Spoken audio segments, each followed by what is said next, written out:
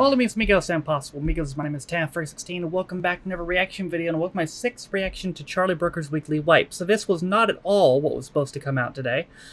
So what happened was I was recording New Tricks, which was supposed to come out today. I had done half of it, and I decided to edit what I already had before doing the other half. And then I found that the first 2 episodes, the files had become corrupted. I guess they didn't save properly off my recording software, which has never happened to me before.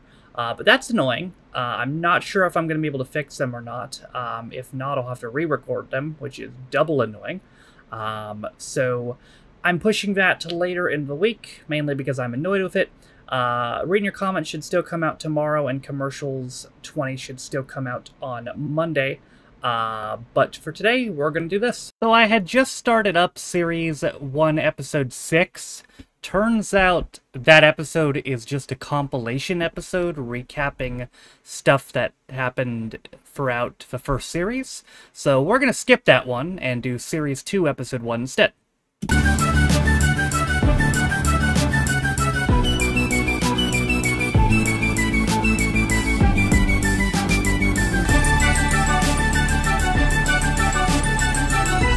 I wonder if every series ends with a compilation episode. If it does, I'll be skipping those. Hello, I'm Charlie Brooker, and you're watching Weekly Wipe, a programme all about things that are happening. Things like this. Britain angers Neptune, god of the sea. Turns out Britannia might not rule the waves after all. Snazzily directed detective show Sherlock returned. Some viewers were left confused as to why Sherlock didn't die at the end of the previous series, but the simple answer is he was recommissioned. Meanwhile, a freak polar vortex in America has created some astonishing images. Oh, I remember Critics this. are praising this charming Broadway production of The Snowman. But we start with Britain. Britain's brilliant, isn't it? It's got everything. It's got Paddington Bear and Stonehenge and regular bin collections. But all of this hangs in the balance thanks to immigration, which is out of control. These days, everywhere you look, there's a Polski sklep selling weird foreign food like eggs. What the hell is an egg? Well, no more. Britain is full, and we need to keep an eye on anyone new who wants to come here, which is why it's helpful that for over a year, the news has kept us informed of the imminent threat of inbound Romanians and Bulgarians set to flood the country once EU restrictions were lifted on New Year's Day. But who exactly are these people? First, Bulgarians. Bulgarians, is this why y'all left the EU? Reports made devilishly clear, live in a kind of medieval realm twinned with Game of Thrones, consisting entirely of horses and carts and people lugging giant sacks around like they're in a live recreation of a Bruegel painting. The world isn't entirely backward. I mean, they do have, say, cars, but only shit ones. In fact, as Channel 4's footage made clear, Bulgaria's a kind of open-air shit car museum where the only form of entertainment is driving over the nation's one speed bump. Romania, meanwhile, is apparently also a medieval Game of Thrones Bruegel painting squalor pot, according to this news footage, apparently beamed live from the year 1386. The news certainly painted a graphic picture of deprivation and hot horse-on-cart action. I mean, look at this bleak existence. No utilities, squalid conditions, people lugging sacks around everywhere, and the only way to get about is on horseback. They'd be better off in Britain. Little wonder a tidal wave of immigrants was being predicted by some, and it didn't seem they were going to be welcomed with open arms. It's hard to shake the suspicion that much of the hostility towards immigrants who haven't even migrated yet might have something to do with the kind of level-headed, non-judgmental and factually watertight reporting surrounding the issue. Some of the language about floods and swarms is reminiscent of dehumanising anti-Semitic Nazi propaganda likening Jews to rats. They are cunning, cowardly and cruel, and usually appear in massive hordes. And when not being compared with vermin, they're routinely painted as scoundrels or criminals. Many Romanians were unimpressed with the coverage and tried to redress the balance. Sky News found an articulate Romanian barrister who pointed out Romanians had been allowed to work here since 2007 and apparently aren't all thieves. I know lots of doctors, nurses, scientists, lawyers like myself. We have integrated in this wonderful country, and we have been contributing. Yeah, whatever. Come on, turn your pockets out. Even statistics showing immigrants contribute more than they take don't help, because as the news demonstrated, statistics don't really mean much to most people. If you read the statistics, most of the Romanians who are here have got jobs, are doing well. Living it here, the statistics can't be right. And when people aren't doubting statistics, they just make them up on their own. The majority are here to claim their benefits, isn't it? They get. You think the majority here to claim benefits? Yeah, majority. Yeah, definitely. So you want to see a clampdown? Big time. Given the nature of the news coverage, you'd think the Good Romanians Lord. would be rubbing their hands together, looking at the clock and booking their But tickets. weirdly, as some of the reporters pointed out, they're just not that into us. Having spoken to people here, it's clear that contrary to popular myth, Romanians have no wish to go to the UK to live on benefits. They're going to Yeah, France I know. I read instead. about it in the paper. They can't wait to come here and steal from us. Just listen to them. I would never leave my country, this woman says. For what? I'm a patriot. Give me back my wallet. What would be the point of leaving Romania just for social benefits? Yeah, whatever. Have you got a receipt for those kids? I make my money here. I have my family here and my friends here. I feel at home here. I would never go. You lying thief. Even their own officials denied they wanted to come here. I can see at least one factor that it makes the UK far less attractive, and that's certainly the weather. How dare you? What's wrong with our weather? Got him. More disruption and misery after powerful gales and heavy rainfall hit the UK for the second time this week. Yes, in an apparent bid to scare off the Great Eastern European invasion scheduled for New Year's Day when the floodgates would open, Britain's weather spent much of Christmas demonstrating what it would look like if there were no floodgates at all. Suddenly, there was an intense sense of déjà vu about some of the coverage. I mean, look at this bleak existence. No utilities, squalid conditions, people lugging sacks around everywhere, and the only way to get out is on horseback. They'd be better off in Romania. As New Year's Day arrived, the press pulled out all the stops to welcome the expected horde of newcomers, while in a last-ditch attempt to put off anyone attempting to enter the country, the government stationed MP and publicity tagnut Keith Vaz at Luton Airport. In fact, as Sky News clearly proved, when the much-anticipated plane load of Romanians arrived, it turned out most of them already worked here. But the news did find at least one new Romanian, this guy, Victor, who'd come to get a job washing cars while wearing a green hat. I don't come to rob your country. I come to work and you open the border. Hope you've paid for that hat. Ironically, while Victor the one-man horde flooded Britain and bravely withstood a coffee with Keith Vaz, there were more British newcomers working in Romania as reporters than new Romanians in Britain.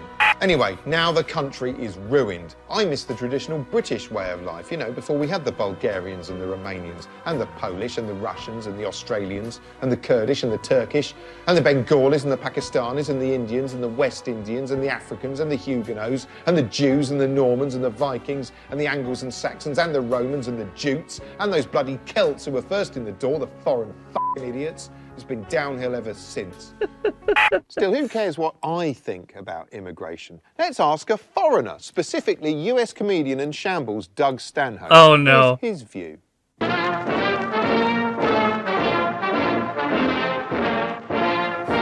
I'm Doug Stanhope, and that's why I drink. Immigration again? Really? Yeah. Who is it this time? Ooh, the Bulgarians are coming! The Bulgarians are coming! Bar the door and lock up the wives and hide the children and put your pants on backwards so they don't get their mitts in your zipper. You know what? Honestly, I was surprised to find out the UK even had immigration law of any kind. As shitty and miserable and dire an existence as you live, you'd think you'd welcome anyone willing to live there with open arms and ask them stories about the outside world. All the stereotypes you hear about immigration are always, oh, they're lazy and they steal and they don't speak the language. And then they turn around and go, and they're stealing our jobs. Yeah, Kevin, we'd like to keep you on. You've been great, but we just found a slovenly, illiterate thief. And we think he might do a little bit better than you, so you gotta go. Besides, I thought the Polish people already stole all your jobs. True. So maybe the Bulgarians are just gonna come in and steal Polish jobs so you can relax. In the States, when we say immigrant, it's just another word for Mexican. We live on the border in Bisbee. We see the fucking Border Patrol busting all these guys up, 11 at a time, coming out of a Ford Tempo like a fucking clown car. I have to wander in the desert for 6 days and they just get over and they're dehydrated and filthy. Yeah, you're probably right. They don't speak the language and they probably have minimal education. And if that guy can show up like that, as qualified for your job as you are, you're a fucking loser of such dynamic proportions. Facts. I would be ashamed and humiliated if anyone found out that guy just took my job. How simple and menial a job do you have where they can do the job training in pantomime? Hey, come here. Crank, crank, crank, crank, crank. Oh, see, crank, crank, crank, crank, crank. Yeah, you got it. Can you go? Oh, no. Yes, you're hired. You never hear people with legitimate skill sets complaining about immigrants taking their jobs. You don't hear brain surgeons sitting around the Beverly Hills Hotel lounge going, You know what chaps my ass, Patrick? These fucking Guatemalans come up here, don't speak the language, they steal all of our neurosurgery positions. Let's go thunder down some Jack Daniels and put on our steel-toe boots and go out tonight stomping guats. What do you say? and the Romanians. See, I don't even think that one's a real country. It's like from a fable or something.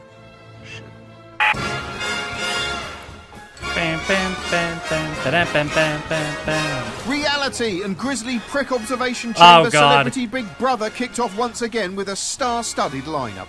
This year's twist saw faded celebrities handcuffed and incarcerated in front of a jeering crowd. What? A gimmick they've stolen from Operation U-Tree. This year's housemates include Judy Finnegan and Philip Seymour Hoffman, a Bratislavian prince from a 1920s silent film, Madeline the Rag Doll, a young David Hasselhoff, an old David Hasselhoff, some atoms in the shape of a woman, Thingy off Thingamajig, Dorian Gray and his picture, a typical American, Businesswoman of the Year, and Jennifer Aniston. Highlights thus far include Dappy's surprisingly successful mating ritual, which has echoes of Hannibal Lecter.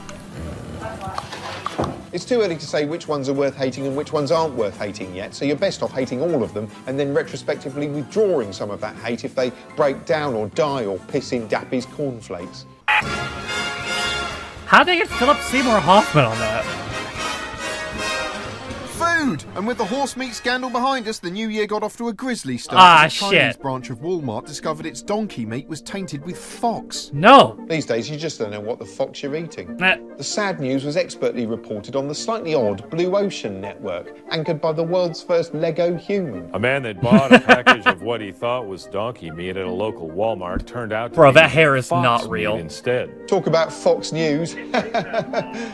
The report rounded off with a helpful Jamie Oliver-style austerity cooking tip. To be on the safe side, boil fox meat with spices before consuming. And to be on the really safe side, throw it away. Still, if you think fox meat's bad, what about the North Korean scandal, where dog food has reportedly been found to contain traces of uncool meat? Yeah, there was this sort of nature show about dolphins.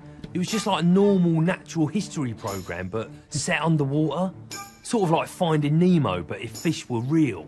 Dolphins live downstairs where the sea is, and the programme was really clever because they filmed it underwater using magic robot animals. It was like a game where you had to guess which things were the real sea animals and which were the robot animals. And sometimes it was like an advert for robots, you know. Spy Dolphin reaches 15 miles per hour and also has HD cameras for eyes.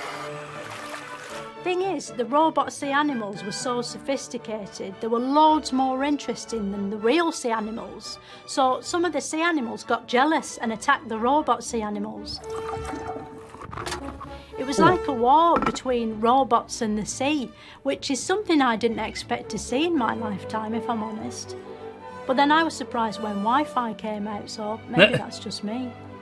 It told you all this stuff you didn't know, like that dolphins talk by making noises like a squeaky floorboard. They're also Gets on rapists. tits after about 6 seconds. Not kidding, by the way. Dolphins are actually Usually rapists. dolphins are pretty, which is why unhappy people have big posters of dolphins jumping over sunsets on the walls with slogans that pretend life's worth living printed on them. But in this, because the dolphins didn't know the cameras were there, they were filmed from all these unflattering angles.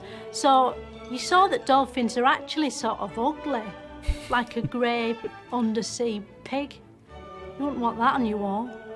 Thing is, it was really magical and fascinating with all this incredible footage of dolphins jumping in the air, and you're like, that's amazing, you know? And then they're jumping in the air again, and you're still amazed, but not as much. And then they jump and spin at the same time, and you're like, okay, that's clever. That is clever. And then they jump and spin again, and you're like, do something else. But they don't. They just keep jumping and spinning and jumping and spinning and just landing back in the sea. And they don't stop doing it. It's all they do. I won't get high. Dolphins, fuck them. And fuck everyone who likes them. If dolphins are the best thing the ocean's got to offer, they might as well conquer it over the sea. EastEnders, the BBC's expertly realised ongoing simulation of what London might look like if human beings spoke and behaved in unrealistic ways, has been facing a crisis. Viewers were turning away in droves, even though no one knows what a drove is. It's not quite clear why people haven't been enjoying this tale of downtrodden proletarians suffering endless miseries beneath a battleship grey sky. It can't be the fault of the richly drawn characters like Purple Ronnie here, or Ian, or Cat, or Ian, or Dot, or Ian, or I don't know, who's that, Colin? Or the bald one, or the other bald one, or the sort of newer Is that Bruce Willis? Actually, there's so many bald heads in it, it's like watching Finding Chemo. Seriously, when two of them meet, they must think they're looking in a mirror. Anyway, now there's a new boss driving the East End bus and the square's being sexed up, literally, with some mature erotica. They've paired Phil Mitchell up with Sharon again, which is good news for anyone who's ever wondered what it might look like if scientists made a woman mate with a giant thumb, and bad news for anyone who doesn't want to witness his delighted post-coital gasping.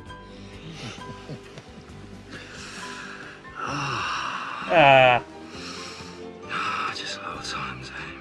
Oh, thanks for that, love. Just going to go pat my dick dry on a tea cosy. But these thrilling developments were nothing compared to the news that Cockney actor Danny Dyer, the thinking man's Dick Van Dyke, was joining the square to play the exotically named Mick Carter, a mystery wrapped in an enigma cocooned within a bloke.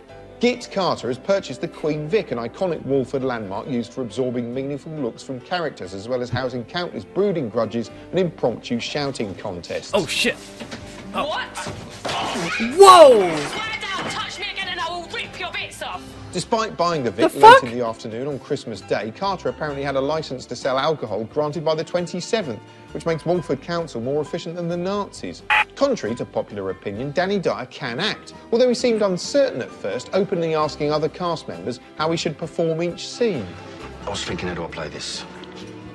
Do I try tears? I don't know, Danny, what does it say in the script? Am I going to tell Linda that tomorrow our little girl is getting married to a man we hate? Oh, you're supposed to do it gruffly, apparently. Dyer is surrounded by a supporting cast of Carters, including a wife who walks around in the street in curlers like she's just wandered out of Birds of a Feather, a daughter who inexplicably dresses like she's in EMF, a son who's gay but won't talk about it, and a sister who's gay and won't talk about anything else. Right, that's it. I'm splitting the room. I'm building a mezzanine. No one is building a mezzanine. Shirley there is Mick's other sister, and her sex life's been horrible because in the past she's also been filled in by the human thumb, hence their loaded glances. But then she's not picky. It won't last, Shirley. You'll blow it. Just like you blow everything. And everyone. Oh, yeah. Nice. Gross. Not all the language is that racy. In fact, most of the time there's no language at all because the inhabitants of Albert Square chiefly seem to communicate by staring mutely at each other in some sort of weird silent theatre of the mind. Why is she walking like that?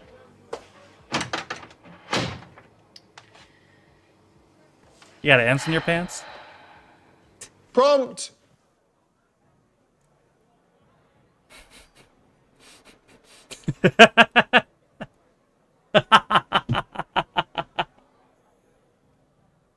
To be fair, this is some of the best dialogue Albert Square's seen in years. Anyway, after a couple of episodes, something disturbing happened. The old soap osmosis kicked in. Before long, I was caring about what happened to the characters like Ian and Baldman and Cat and Alfie and Ian and Baldman 2 and Ian again, but mainly Danny Dyer. And then I realised that rather than watching EastEnders so I could laugh at Danny Dyer, I was watching EastEnders because of Danny Dyer. He's a canny choice because there's something weirdly watchable about him, no matter what blokey thing he's doing, whether he's picking up a bird, standing around looking hard, or enjoying a steamy threesome. Come on then. There's a good girl. Come on. Come on then. Come on. Reach up. Yes. Good girl. Oh. Ooh, you know, even if that dog joined in, it still wouldn't be as disturbing as that bit where Phil came out of the bed sheets all satiated like a manatee surfacing for air after a big underwater shit. Let's not say this again. It's a big, bewildering world, isn't it? And we're all just trying to make sense of the damn thing, aren't we? Well, yes, we are. Well, here's someone who's trying harder than most. He's trying to make sense of everything from geopolitical tensions to Russell Brand. And he's called Limmy. This is Limmy. Limmy? Oh. Hi, so I just started here Russell Brand getting mentioned everywhere. Russell Brand. That Libby. Russell Brand. So I checked it out, and he's gone on about how we shouldn't bother voting because what's the point? And I thought, good on you. Then I thought, no, hold on. Don't vote. And just let that lot waltz right in. Whose side is he on anyway? Is he one of us or one of them? He's one of them. He wants to be American so bad. What's going on? So I tweeted him. What's going on? But we don't like him here either. He replied. So I headed it because, believe it or not, I have got bigger fish to fry than Russell Brand. I was sending a video with the council about the state of the fences in Victoria Park. I don't know if you've seen them. That's terrible. But it was there that I remembered Katy Perry. The ex-wife. She knows what's going on. Oh, so no. there in the lyrics. I see it all. I see it now. And I'm wide awake. And you can see that she's wanting to tell people, but she knows that they're watching. She knows that he's watching. So she's doing it in riddles and rhymes for the people who can work it out. Like a code. So I sent her a code to tell her she can tell me, I'm wide awake. Follow me please so I can DM you. Big fan. No reply. And no reply for the council either. Damn it.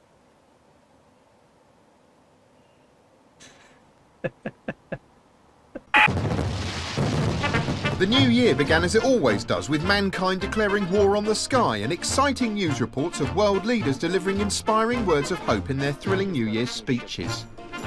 С новым 2014 годом, Россия! Showing the world how New Year's Eve addresses should be done, the star of the North Korean remake of Game of Thrones, Kim Jong-Joffrey, took to an outsized ornamental tissue box with 7 inset microphones to swap feel-good stories about executing your own uncle. Back home, mechanical prime mini-droid David Camerabot stood in the factory that made him to deliver an inspiring message of hope with a slightly distracting, glistening chin like he'd just been filleting the devil, which I'm legally obliged to assure you he hadn't. But he wasn't as worried about greasy chins as the prospect of Scottish independence. This year, let the message go out from England, Wales and Northern Ireland to everyone in Scotland. We want you to stay. Yes, or to put it in terms you'd understand, OK, the new, please don't go. On the other side of the ideological... David Cameron wanting to stay, huh? That's funny. Curtain, Labour's head firebrand Ed Miliband started his own New Year's message, bits of which resembled Where's Wally? There he is, the sexy one. Red Hot Ed was shown posing for snapshots with delighted members of the public who couldn't believe they'd met a future Prime Minister because they hadn't. And he articulated their angry voices in his own sort of dorky way. Thinking, look, you know, I've made sacrifices. Well, where's the benefit? The government keeps telling me that everything's fixed. It doesn't seem fixed for me. He's just like Nelson Mandela, isn't he? Sadly irrelevant in 2014. Oof. It being a new year, the mystery of time is on everyone's mind. Well, to properly explore that mystery, you need an expert, and luckily we have one in the form of our very own Philomena Kunk, who will explore time for us and you now in the first of her landmark mini-documentary series, Moments of Wonder. Oh, no.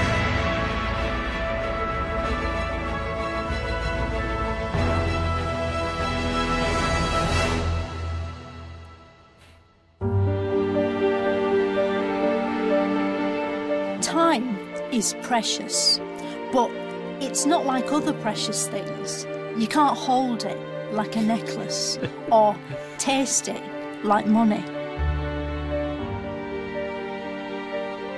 Time has existed since before time began. What? And today, it's all around us. Why are you walking on like our that? phones, in the corner of the news. But once upon a time, if you wanted the time, then you had to come here, to the headquarters of time, Greenwich Clock Museum. All the clocks in the world are set from here, which must take ages. So, what is clocks? Clocks was invented by the ancient Mesopotamians in ancient Mesopotamian times, but they didn't know it were ancient Mesopotamian times because there were no clocks. to see what the times was.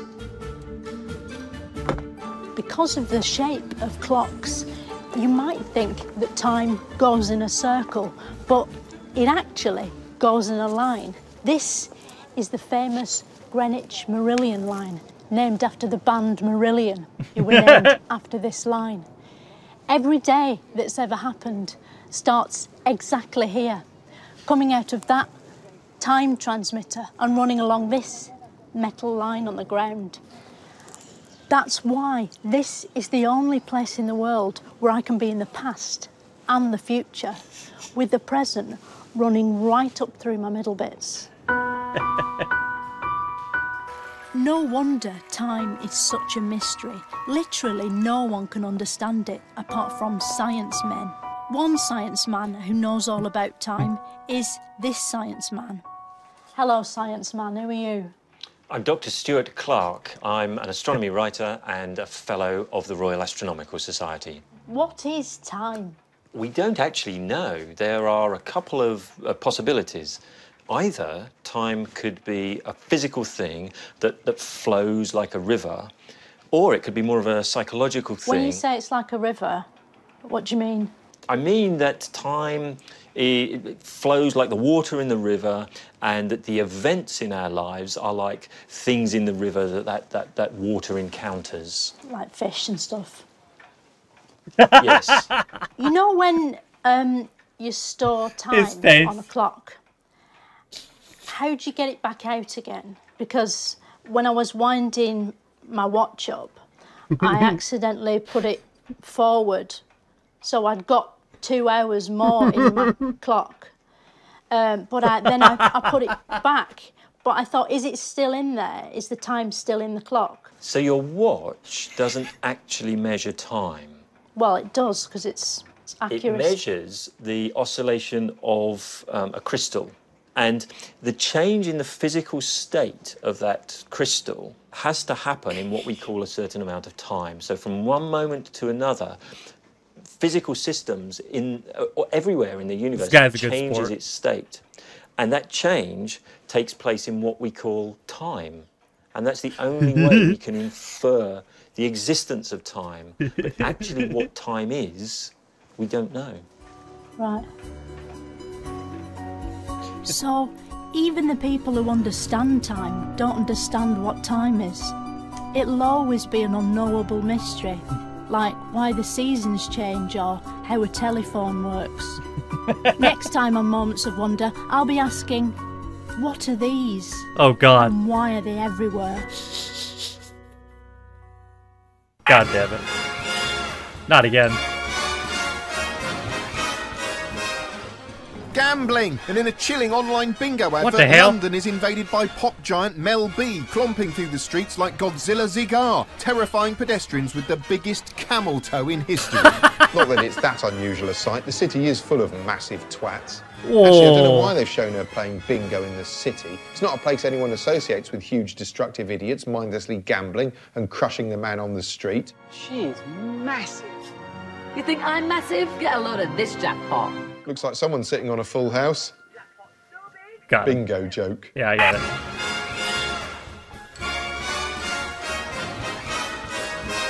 Furniture! And in an alarming promo for a sofa and chair emporium, a woman enjoys a domestic date with a two-faced kind of fella. I got it for the design, and it's really comfy.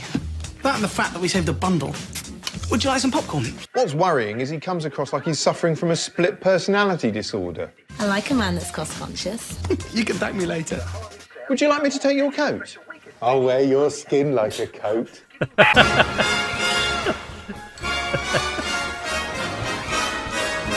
Brakes! And with 2014 already proving too miserable to bother with, holiday companies are doing their best to make us temporarily emigrate with this uplifting tale of a family in which Dad is a monster. Not a monster in the sinister tabloid sense, but a sort of cuddly ogre. After a bit of fun chillaxing on holiday, he finds he no longer has the horn in bed with his wife and attempts to run into the sea in a bid to end it all, only to find himself transformed into a sort of climaxing Chippendale. It's all quite heartwarming, really, until you realise they'll have to fly back to Gatwick in 48 hours for the whole soul-shitting cycle to begin all over again, until next year when another holiday makes him human again. And he's only got a few more years of that left until his daughter wants to go to Ibiza with her real mates, leaving him and his poxy wife alone to bicker and read books in lonely silence on the beach. And actually, maybe I'm reading too much into this. Yeah, maybe. I need a holiday.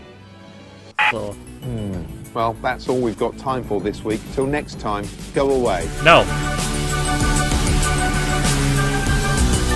Charming. Well, if you still want to spend time with Charlie, his 2013 Wipe is available now on BBC iPlayer. Okay. A more intelligent brain-teasing comedy tomorrow night here on BBC Two at 10 with a new QI and everything kitsch. Sounds good to me, brother. Okay, now I'll go away. Enter Lemmy, huh? Well, I still need to see his show. Also, I don't think I've actually watched it. It's been on my list for a while, but it's something like I was planning on doing and then just kind of forgot. This is a good reminder, though, seeing him in this. I imagine he'll be featured throughout the series as well. The Moments of Wonder is something I've been waiting on because I had heard that she was going to get more of a feature, I should say, going forward. I wonder how much the scientist guy knew going in. He was a good sport regardless. I commend him for it.